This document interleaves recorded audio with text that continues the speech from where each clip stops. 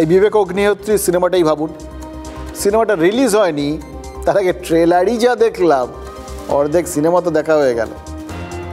বিবেক অগ্নিহোত্রীর ট্রিলজির শেষ সিনেমা হলো the Bengal Files, এর আগে দ্য তাশকন্দ ফাইলস আর দ্য কাশ্মীর ফাইলস মুক্তি পেয়েছিল। আজ কলকাতায় ওই একটা অভিজাত হোটেলে ওই ট্রেলার লঞ্চ ছিল। ট্রেলার লঞ্চের খবরটা কজন জানতেন? খুব বেশি লোক জানতেন কি? তাতে কী হয়েছে এখন তো জেনে গেলেন। কীভাবে? কারণ ট্রেলার লঞ্চ ঘিরেই একটা রাজনীতির ট্রেলার দেখানো হয়ে গেল। ট্রেলার লঞ্চে বাধা দেওয়া হলো, একবার না দুবার পুলিশ চলে এলো, তার খুলে দেওয়া হলো, কত কিছু অভিযোগ টভিযোগ চারপাশে, মানে যারা যারা জানতেন না তারাও জেনে গেলেন। হতো, চুপচাপ হতো, কয়েকজন জানতো কয়েকজন জানতো না, এরকমই তো বিষয়।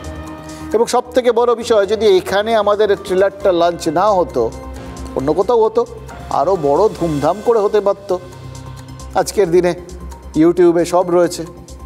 তাহলে এই ট্রেলার লঞ্চ ঘিরে যেভাবে হুলুস্থুলু কাণ্ডটা হলো, যেভাবে এই গোটা বিষয়টা নিয়ে একদিকে তৃণমূল আর একদিকে বিজেপি নেমে গেল,